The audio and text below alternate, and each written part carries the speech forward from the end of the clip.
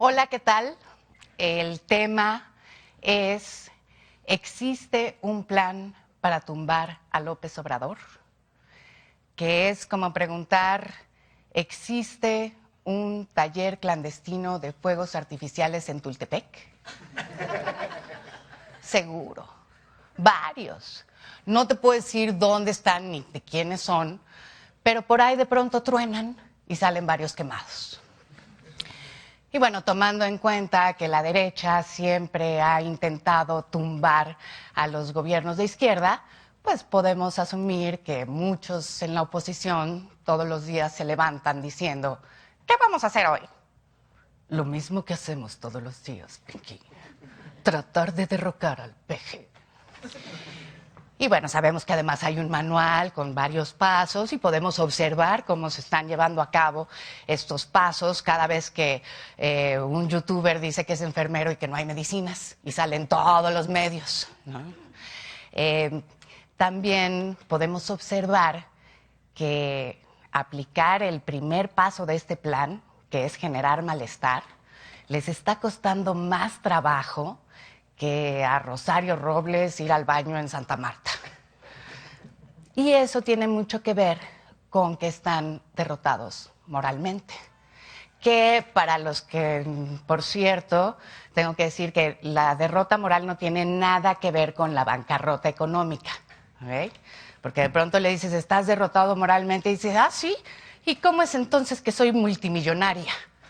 Y dices, ah, pues es como si le dijeras a alguien, estás estacionado en doble fila, y te dijera, ah, sí, ¿y cómo es que mi celular tiene saldo? No sé. Hay algo que es muy peligroso de un golpe blando, y que es que anula cualquier posibilidad de crítica, porque cualquier reclamo, cualquier descontento va a ser carnada de golpistas, ¿no? Basta con que tú digas, chale, llevo 3 días sin agua en mi casa, para que te caigan 3 noticieros así de, ¿la podemos entrevistar, señora? Entonces, ¿sí? ¿Es verdad que lleva usted 3 días sin agua en su casa? Sí. ¿Y qué ha hecho el presidente? Nada. ¿Usted cree que al presidente le preocupe que usted no tenga acceso al líquido vital? Así de, pues no creo ni que esté enterado. ¿Y usted cree que la falta de líquido sea culpa de la incapacidad del gobierno? No es a causa de que voy a poner un jacuzzi. Y aproveché para limpiar la cisterna, pero el plomero me quedó mal y pues dice que está enfermo. Yo creo que está crudo. Aquí lo tienen, amigos. Una mujer, 3 días sin agua. Un presidente al que no le importa. Y así son las noticias. Muchas gracias por su atención.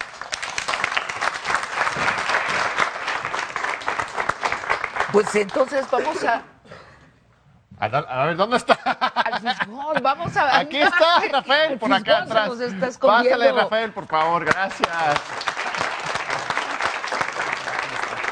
Maestro, bienvenido. Hola, Sabina. Bienvenido, Rafael. No, pues al contrario. Tenemos preguntas para ti. La principal, la primera, ¿qué es un golpe blando? Mira, básicamente un golpe blando es una estrategia que busca desestabilizar a un gobierno y los golpes blandos se surgen en la década de los 90 por una razón muy sencilla. En América Latina ha habido, según Marcos Reutemann, más de 100 golpes blandos, más de 100 golpes en los De últimos. estados, golpes de clásicos. Estado, sí, en el siglo XX y en lo que va del XXI.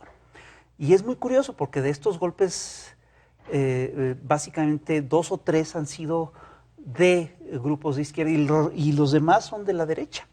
La derecha en América Latina tiende a ser golpista. No hay gobierno progresista que se haya no hay gobierno progresista que no haya sufrido un golpe o una intentona al menos de golpe de Estado. Y muchos de los golpes que buscaban desestabilizar estos gobiernos en el siglo XX fueron golpes militares. Pero esto llegó un momento en el que llegó a estar muy desacreditado. Dices por los 80. No, desde los 50. ¿Empezaron los golpes blandos? No, los golpes blandos empiezan en la década de 1990. Ajá. Golpes militares, bueno, empecemos hablando por del de Madero. Sí, claro. Es un golpe militar en el cual estuvo metido el embajador Americano de Estados Unidos en la época. De hecho, el golpe contra Madero se fragua en la embajada norteamericana, es conocido como el Plan de la Embajada, y a partir de ahí hubo un montón de golpes militares en el siglo XX. Y en cualquier golpe militar o blando, el primer paso es esto de la desestabilización, ¿no? O eso viene después. Más bien, primero es la deslegitimación, ¿no? Sí. El ataque al presidente, o cómo sabemos que se estén empezando. En la estos década de 1990, estos golpes ya estaban muy desacreditados, entonces hubo un teórico, un estratega que estuvo trabajando con la CIA, que se llama Gene Sharp, que idea estas lógicas del golpe blando, de los golpes blandos. Que sistematiza. Sí. Además, desde el término, si tú te fijas, busca hacerte ver como que los golpes no son tan feroces, Sí, ¿no? como soft politics, exactamente. ¿no? Son como alivianados. Política suave. Es como esta lógica que llaman, lo que llaman las guerras de cuarta generación o guerras sin fusiles. Solo vamos a empujar tantito la balanza. Exactamente. Entonces, mira, y tiene que ver con esto, mira. En la década de 1900, tras la caída del bloque socialista, Estados Unidos se encuentra con que va a impulsar un proyecto que es muy antipopular, que va a generar mucho descontento, y Estados Unidos resulta que tiene el ejército más poderoso del mundo, pero no tiene, digamos, un ejército tan poderoso como para controlar a todo el planeta, a todas las sociedades en todos los tiempos. Entonces surge en esos momentos una nueva teoría sobre la guerra. Y hay un teórico israelita de la guerra que se llama Martin Van Crevel, que escribe un libro que se llama La transformación de la guerra. Y en ese libro habla de lo que son las guerras de cuarta generación, las guerras sin fusiles, las guerras asimétricas. Y el texto es muy interesante porque ahí se plantea por primera vez que las sociedades van a poder ser controladas a través de una mezcla de propaganda y de terror. Y que las guerras ya no pueden ser, él dice que ya se van a se van a perder las guerras clásicas, ¿no? Que se van a extraviar, y que entonces... ¿Tú has dibujado un manual para reconocer las guerras blandas? No.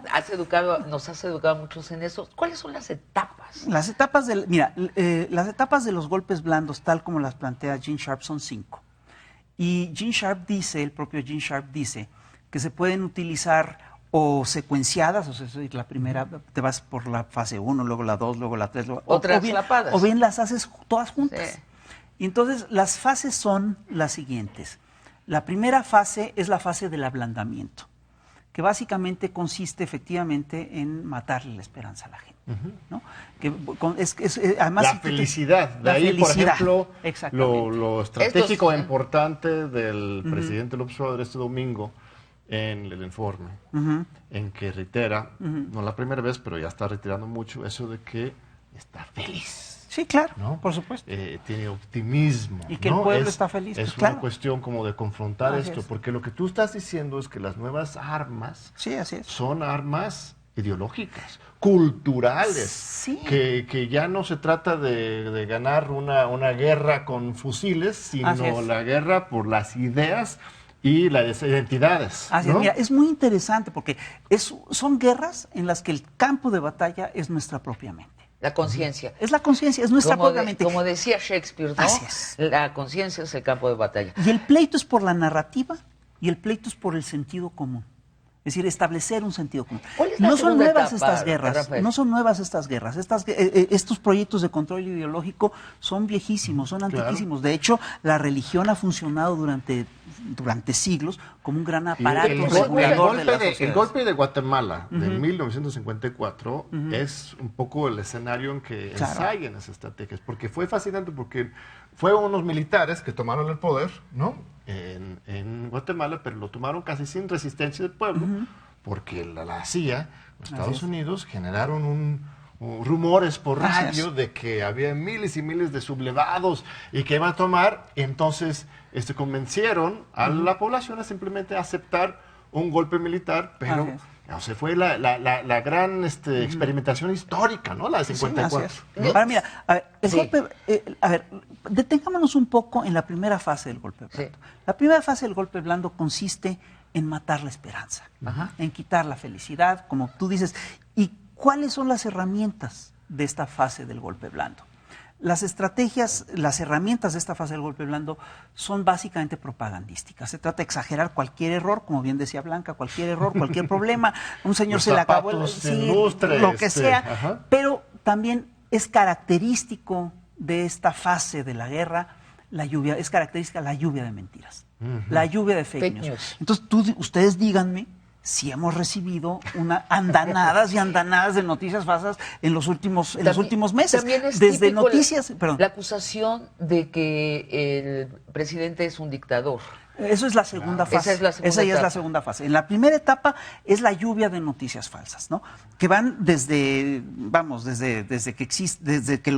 que el Palacio Presidencial compra longanizas a 18,000 pesos el kilo. Aquí tuvimos una, ¿eh? Sí, claro.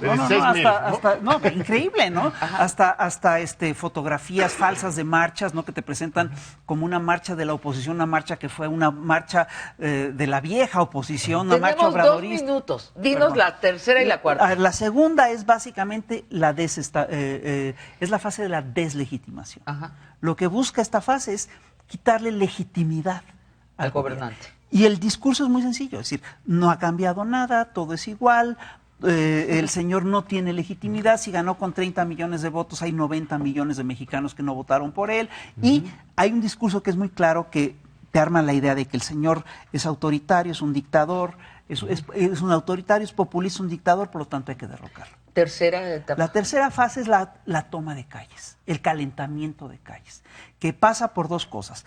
Organizar a la derecha para que tome las calles e infiltrar a grupos, a causas legítimas, ¿sí? Y radicalizarlas y generar violencia. Hoy en la UNAM ¿Y cuarta? llegó un grupo de encapuchados mira. a romper los vidrios de Rectoría. Un grupo totalmente aislado de cualquier causa social justa que estaba denunciando en varios lados, pero llegó un destacamento. Bueno, yo soy acá la guardiana como 20 del personas a romper, ritmo. y eso es parte de esta misma desestabilización. ¿No? Así es. En 1973 ocurrió en Chile el golpe de Estado militar contra Salvador Allende, caracterizado por el uso de violencia. Sin embargo, esta no es la única forma para arrebatar el poder político. Hoy vamos a hablar del golpe blando, cuya estrategia principal no es la violencia. Básicamente se trata de estrategias conspirativas que de forma sutil desestabilizan un gobierno para poder sacarlo del poder sin que parezca que ha sido consecuencia de la intervención de otro poder o de alguna injerencia externa. De acuerdo con las ideas del politólogo Gene Sharp, hay ciertas acciones que distinguen a un golpe blando, las cuales avanzan por etapas. La primera es una guerra psicológica para confundir a la población, en la que se recurre a fake news y se promueven opiniones sesgadas. En la segunda etapa, se apela a prejuicios ideológicos para tachar a los gobernadores de autoritarios o dictadores. En la tercera, se incita a marchas, bloqueos y protestas que provoquen represión por parte de las autoridades para hacer legítima la oposición. En cuarto lugar, se promueve un clima de ingobernabilidad que culmine en acusaciones judiciales y la renuncia de las autoridades. Y por último, se prepara el terreno para una posible intervención militar como un recurso legítimo. En América Latina hay claros ejemplos de golpes blandos contra gobiernos que han querido salir de la lógica neoliberal y que buscan mayor independencia de Estados Unidos. Este es el caso del expresidente brasileño Lula da Silva, quien actualmente está en la cárcel acusado de corrupción. O el de su sucesora Dilma Rousseff, a quien se destituyó en 2016 acusada de desvío de recursos. Otro ejemplo es el del presidente hondureño Manuel Zelaya, que en 2009 fue detenido por las Fuerzas Armadas y exiliado después de convocar a una asamblea constituyente. Casos similares han ocurrido en Argentina, Ecuador, Paraguay, Bolivia, Venezuela, Nicaragua y Uruguay. Algunos expertos y politólogos afirman que en México se planea un golpe blando contra el actual presidente Andrés Manuel López Obrador. De ser así, ¿qué puede hacer la sociedad para evitar la desestabilización de nuestro país? ¿Cómo frenar un golpe blando o saber si ya está en marcha? Y de estar ocurriendo, ¿en qué etapa nos encontramos?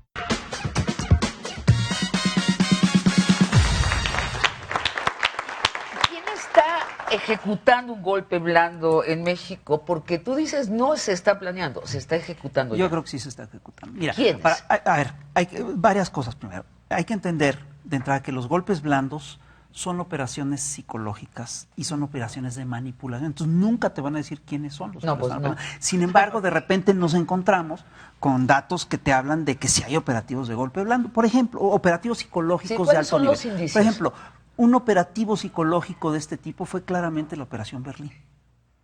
En la campaña. En la campaña. Eso es durante la fábrica de mentiras. Es una fábrica. Que están generando fake news, ¿no? Así es como se hacen estas cosas. ¿Cómo nos enteramos de que porque alguien sopló una el filtración interna. Así de otro modo no te enteras. Así es. Este fin de semana, el sábado, empezó a viralizar de repente un video de un enfermero, un ex enfermero, resultó, sí, claro, gritándole al presidente que era un cobarde, un cabrón, que por qué no da medicinas a la gente, por qué pide a la gente.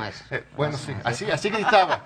Y unos amigos y yo nos empezamos a investigar y vimos que él ya no era enfermero, hasta varios años había renunciado, claro, y hoy se dedicaba a consultoría digital.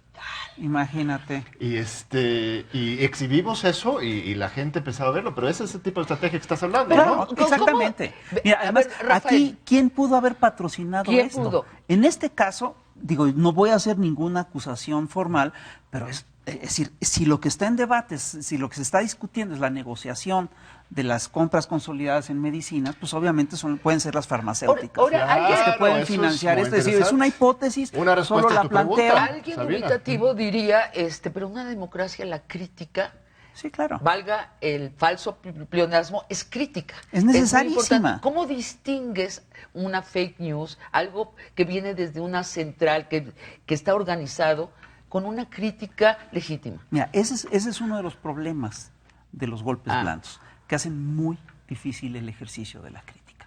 La cuarta fase del golpe blando, como bien se dijo aquí, es ya la desestabilización. ¿Qué se utiliza en la desestabilización? Se utiliza, entre otras cosas, bueno, se arrecian los operativos psicológicos y toda una serie de organismos del Estado se empiezan a poner en marcha para... sobre todo los organismos viejos del Estado se ponen en marcha contra el nuevo gobierno. Por ejemplo, las lluvias de amparos, por ejemplo, se trata de quitarle base social al gobierno progresista, etcétera, etcétera, etcétera. Entonces, lo que yo pediría es que todo el público hiciera una revisión crítica de sobre lo que está ocurriendo en México. El tema de los amparos yo creo que es estratégico. Es clave. Para la construcción del aeropuerto en Santa Lucía se han presentado casi 900 amparos con la clara intención de frenar ese proyecto, pero no solamente frenar el proyecto. Con una X. No solamente para frenar el proyecto, sino para provocar al presidente a romper este amparo. Es como en Brasil. Claudia González, ¿no? Por supuesto, es parte de esta red de personas que están presentando estas estrategias. El presidente tiene de su parte un Congreso mayoritariamente Morena, pero no el Poder Judicial es independiente. En el caso de Brasil lo que pasó es que el Poder Judicial fue quien tumbó medios y jueces a la presidenta Dilma Rousseff y después encarceló a Lula. Y esto tiene que ver con lo siguiente: el Poder Judicial es mucho menos, se reemplaza con más lentitud que los otros poderes, entonces tiende a ser un poder muy conservador. Si les parece, amigos, vamos a abrir para unas preguntas aquí de los chicos. ¿Ya está listo, Eduardo, para hacer un sorteo? Sí. Ah, ya tienes el número. Sí, número 15. 15. A ver. Bueno, pues a raíz de lo que han estado comentando... de escuela. Soy de la FES Acatlán, estudio lengua y literatura hispánicas. Y mi nombre es Jonathan Aponte.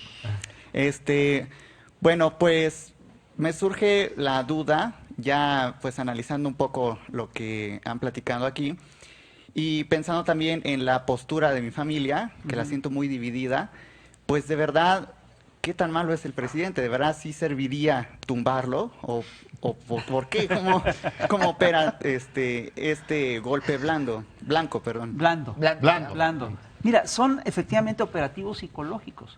Y uno de los problemas serios es cómo los detienes. Hay que recordar una cosa, no siempre funciona.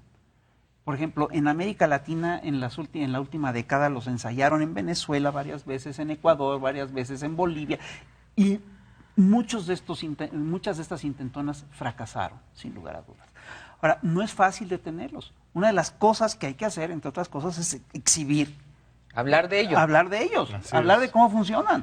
Saber qué es lo que está... Porque es hacer el diagnóstico correcto. Es donde tienen mayor poder, en el secreto, ¿no? En el secreto. Como están manipulando a la gente, si la gente se entera o se da cuenta que lo están manipulando, pues obviamente puede tomar distancia y todo eso. Ahora, después de lo que dijimos de los golpes blandos aquí, ustedes que están aquí presentes, ¿creen que estemos metidos ya en una dinámica de golpe blando?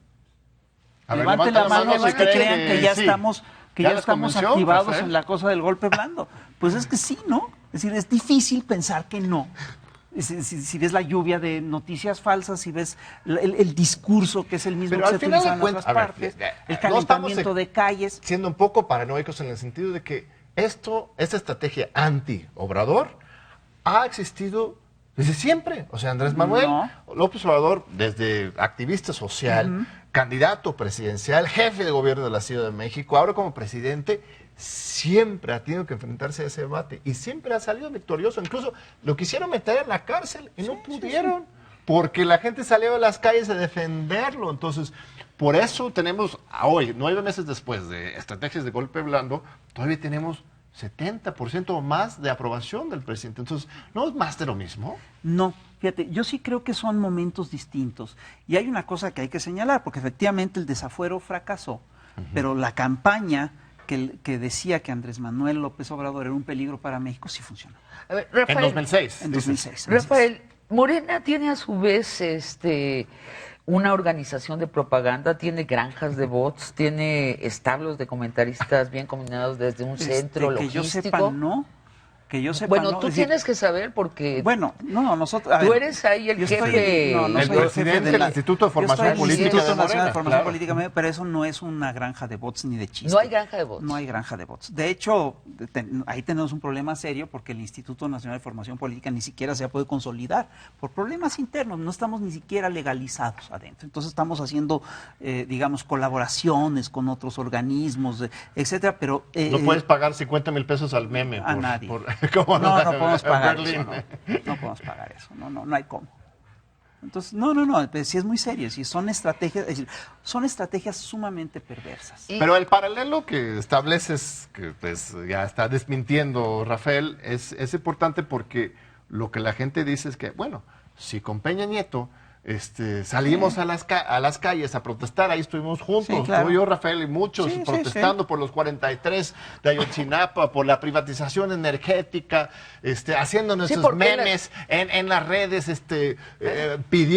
exigiendo la renuncia de Enrique Peña Nieto por corrupto y represor. Sí, claro. ¿Por qué la derecha no? ¿Por qué la derecha no tiene derecho a hacer eso también? Pues, eso es... Por supuesto que tiene derecho a hacerlo.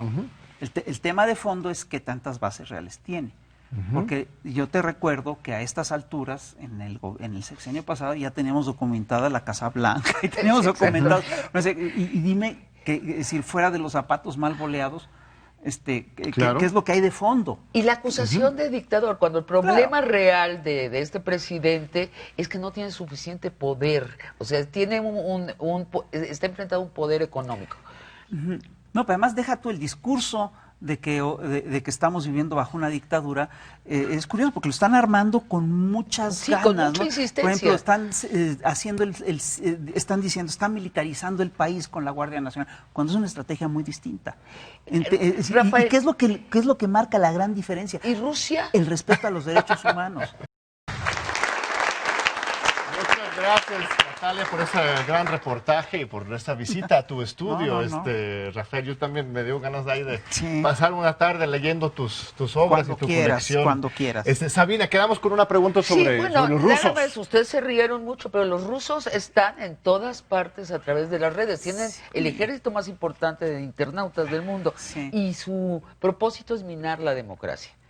Mira, yo no sé si es así el propósito de los rusos. Lo que sí te puedo decir es que quien sí está operando en México, son, entre otros, grupos de hackers que están vinculados a grupos de interés. Es decir, el caso, se dijo que los rusos habían decidido la elección en Estados Unidos. Hay un documental fantástico que hay que ver, que se llama The Big Hack, que te habla de cómo un grupo británico de hackers que se llama Cambridge Analytica, es el que decide la elección de Donald Trump. Y lo que hacen es increíble. Detectan a 70,000 ciudadanos que pueden cambiar de opinión, los bombardean con información. Y que son los claves para ganar la elección. Eso es el verdadero peligro. Facebook, los Estados Unidos, los rusos, yo no veo ningún interés aquí en México. Pero está operando grupos de hackers del extranjero, nada más es una curiosidad. Mira, yo creo que sí. Que sí. A ver, deja tú eso.